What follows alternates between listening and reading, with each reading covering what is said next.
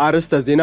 ጠቅላይ ሚኒስትር አብይ አህመድ የባህር ዳር ከተማን ገቢ ለማሳደግና የተጀመሩ የልማት እድገቶችን ለማስቀጠል ሰላምን ማጽናት ወሳኝ መሆኑን ተናግረዋል።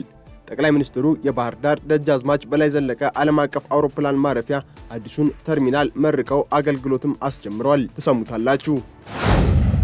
የኢትዮጵያ ሀገራዊ ምክክር ኮሚሽን የአጀንዳ የሥራ ቡድኖች ምክክር እያካሄዱ ነው።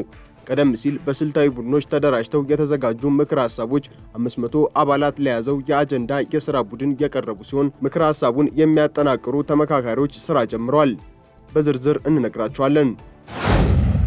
ሞዛምቢክ በታሪኳ ከፍተኛ ከሚባሉት የጎርፍ አደጋዎች ካገገመች በኋላ አሁን ደግሞ ከባድ የረሃብ አደጋ ተጋርጦባታል። ከ2025 መጨረሻ እስከ 2026 መጀመሪያ ድረስ የዘለቀው ጎርፍ ከ275,000 ሄክታር በላይ የእርሻ መሬት በማውደሙ ከ314,000 በላይ አርሶ አደሮች መተዳደሪያቸውን አጥተዋል። ከውጪ ቀዳሚ ያደረግነው መረጃ ነው። የአሜሪካው ፕሬዝዳንት ዶናልድ ትራምፕ በልደት የሚገኝ ዜግነትን የሚገድቡና የልደት ቱሪዝምን ኢላማ ያደረጉ 2 አዳዲስ ትዕዛዞችን ፈርመዋል። ይህ እርምጃ የተወሰደው የሀገሪቱ ጠቅላይ ፍርድ ቤት ተመሳሳይ ይዘት ያለውን የፕሬዝዳንቱን መመሪያ ሕገ መንግስታዊ አይደለም በሚል ውድቅ ካደረገ ከጥቂት ሳምንታት በኋላ ነው። ተጨማሪውን ይዘናል።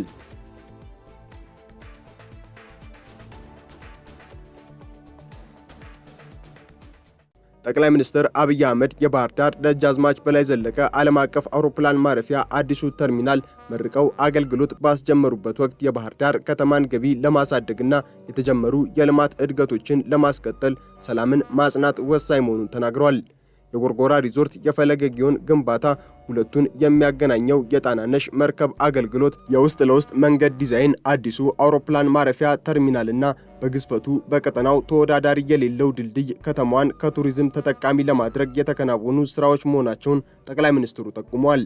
የባህር ዳር ስታዲየም ሲጠናቀቅ ደግሞ አህጉራዊ ውድድሮችን የሚያስተናግድ እንደሚሆን የጠቆሙት ጠቅላይ ሚኒስትሩ በአማራ ክልል ጠቅላይ ፍርድ ቤት የተካሄደውንና ፕሬዝዳንቱ ከቢሮአቸው ሆኖ በቨርቹዋል መንገድ አጠቃላይ የፍትህ ስርዓቱን እንዲከታተሉ አስችሏል ያሉትን ሪፎርምም አድንቀዋል። ባህር ዳር በገቢ ከኢትዮጵያ ከተሞች 7ኛ ደረጃ ላይ እንደምትገኝ የጠቆሙት ጠቅላይ ሚኒስትሩ ገቢዋን ለማሳደግ ለቱሪስት ምቹ ከባቢን መፍጠርና ሰላምን ማረጋገጥ ግድ ይላል ብለዋል።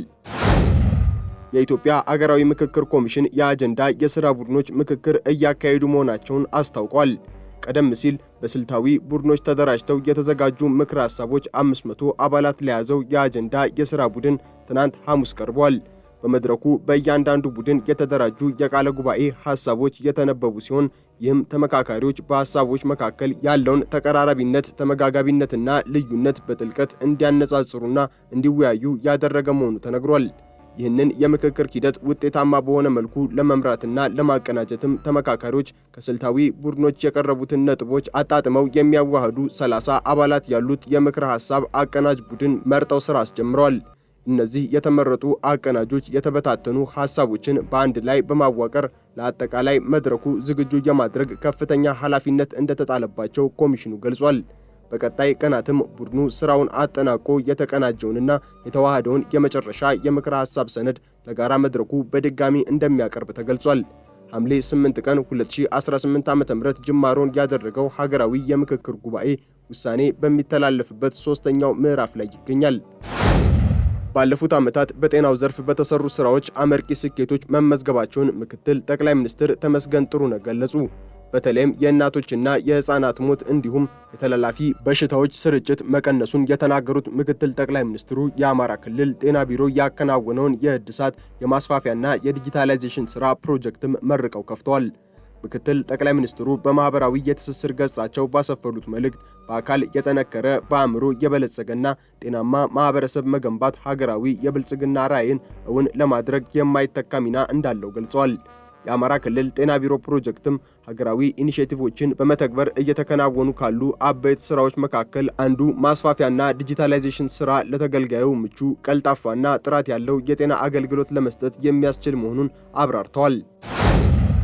በቅርቡ የጸደቀው የባለብዙ ተዋንያን የግብርና ኤክስቴንሽን አገልግሎትና አስተዳደር አዋጅ ለበርካታ ዓመታት በመንግስት መዋቅር ብቻ ተወስኖ የቆየውን የግብርና ኤክስቴንሽን አገልግሎት መንግስታዊ ላልሆኑ ድርጅቶች፣ ለግሉ ዘርፍ፣ ለህብረት ሥራ ማህበራትና ለምርምር ማዕከላት በስፋት ክፍት ማድረጉን ግብርና ሚኒስቴር አስታውቋል።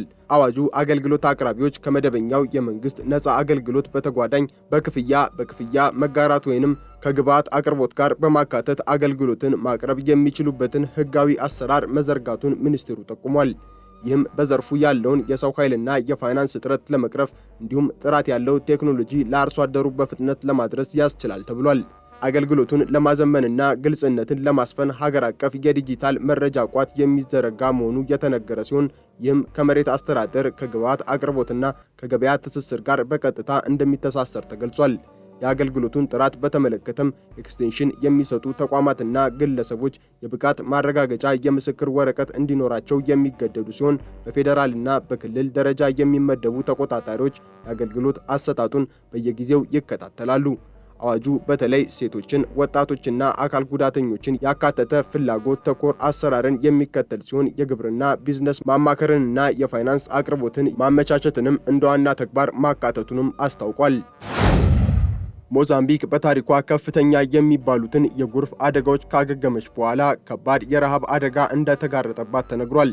ከ2025 መጨረሻ እስከ 2026 መጀመሪያ ድረስ የዘለቀው ጎርፍ ከ275,000 ሄክታር በላይ የእርሻ መሬት በማውደሙ ከ314,000 በላይ አርሶ አደሮች መተዳደሪያቸውን አጥተዋል። በደቡባዊ የሞዛምቢክ ግዛት የሚገኙ ነዋሪዎች እንደሚናገሩት ጎርፉ የእርሻ ምርቶቻቸውንና ከብቶቻቸውን ብቻ ሳይሆን የውሃ ጉድጓዶቻቸውንና መሠረተ ልማቶቻቸውን አውድሟል።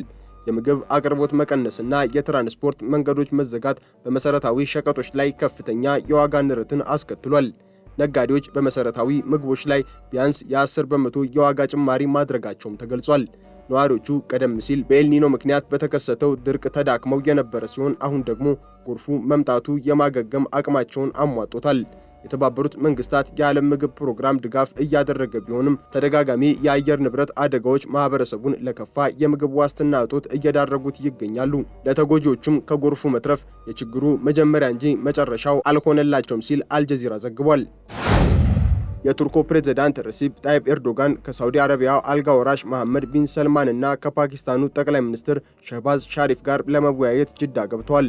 ይህ የአንድ ቀን የሥራ ጉብኝት በክልላዊ ጥረቶች መካከል የተደረገ ሲሆን ዋና ትኩረቱም ሶስትዮሽ ግንኙነትን ማጠናከርና ቀጠናዊ ደህንነትን ማረጋገጥ እንደሆነ ተገልጿል። እንደ ዘገባዎቹ ከሆነ ከሦስቱ ሀገራት መካከል መደበኛ የጋራ መከላከያ ስምምነት ሊፈረም እንደሚችል በስፋት እየተዘገበ ይገኛል።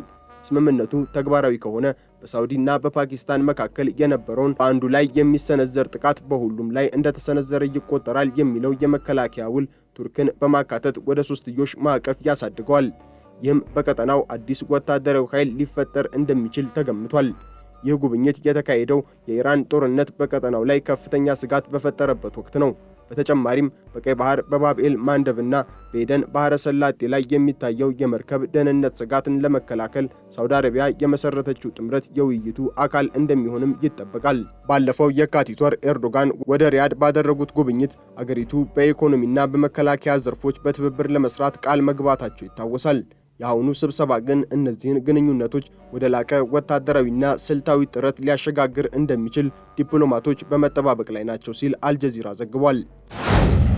የአሜሪካው ፕሬዝዳንት ዶናልድ ትራምፕ በልደት የሚገኝ ዜግነትን የሚገድቡና የልደት ቱሪዝምን ኢላማ ያደረጉ 2 አዳዲስ አስፈጻሚ ትዕዛዞችን ፈርመዋል። ይህ እርምጃ የተወሰደው የሀገሪቱ ጠቅላይ ፍርድ ቤት ተመሳሳይ ይዘት ያለውን የፕሬዝዳንቱን መመሪያ ሕገ መንግስታዊ አይደለም በሚል ውድቅ ካደረገ ከጥቂት ሳምንታት በኋላ ነው። ፕሬዝዳንቱ በ1868 የጸደቀውና በልደት ዜግነት የሚሰጠው 14ኛው የሕገ መንግስት ማሻሻያ አሁን ላይ ለንግድ ሥራ እየዋለ ነው ሲሉ ተችተዋል።